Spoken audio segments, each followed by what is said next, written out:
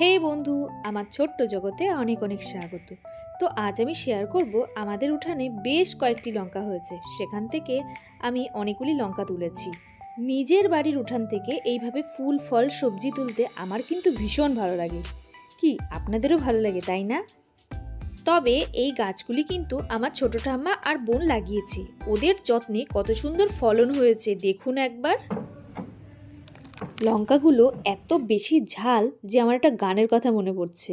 ওই ওই ওই আমার ভোলা রে, আমার পাগলা রে, তুই খাবি কি ঝালে মরে যাবি।